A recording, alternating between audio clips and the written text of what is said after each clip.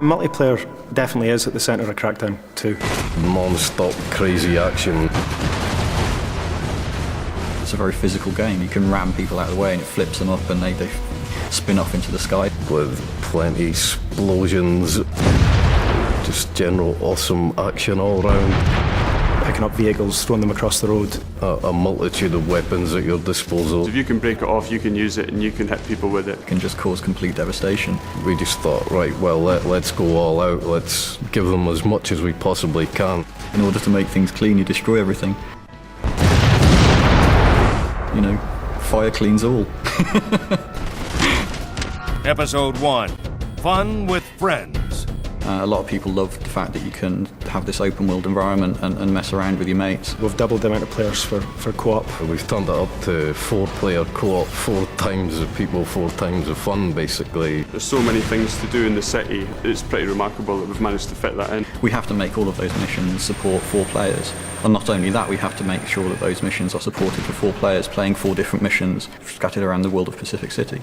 You've got all of the, as everybody knows, the orbs. It's about making sure that, you know, you have that group experience with orbs, like renegade orbs, where, you know, they actually make it pretty tricky for you to get hold of them and they run away from you. You know, one person can chase them and another person can figure out where they're going and kind of help out. Races, so you've got rooftop races, road races.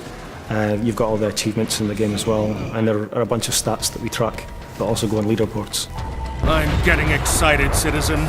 Must remain composed. One thing we're pretty proud of is that you can then seamlessly go from your campaign game into your multiplayer game. There was a few times when you'd be playing the game and somebody would enter your game when you were testing and you didn't actually know they were in, and then suddenly this rocket would come from the side and there's one of the guys who's just joined your game and started blowing everything up. Your friends come home from school or work or whatever, they just jump straight into your game. The player can come at a problem from 4 different sides and just defeat it that much faster. We've added turreted weapons to all of the vehicles as well. Nominate one guy to drive, he jumps in, 3 of you jump in the back of the vehicle, one of you might have a rocket, another guy a heavy machine gun. You can just be a 100-mile-an-hour killing machine soaring through the city. It's awesome. It's really down to the player to try and figure out tactics and strategies to use co-op gameplay. You can decide to ignore any direction you've been given and just mess around, do what you like. And we've added in the 16-player PvP. We support up to 16 people in the online game, and that's varying on different game types. At the moment we've got 3 different game modes: Deathmatch, Team Deathmatch and Rocket Tag. Rocket Tag's a little bit different. Basically, you've got to carry the orb for as long as possible, and the longer you carry it, the more points you score. Everybody's chasing one guy, rather than it being kind of everybody against everybody. It's a lot more over the top than what's around at the moment.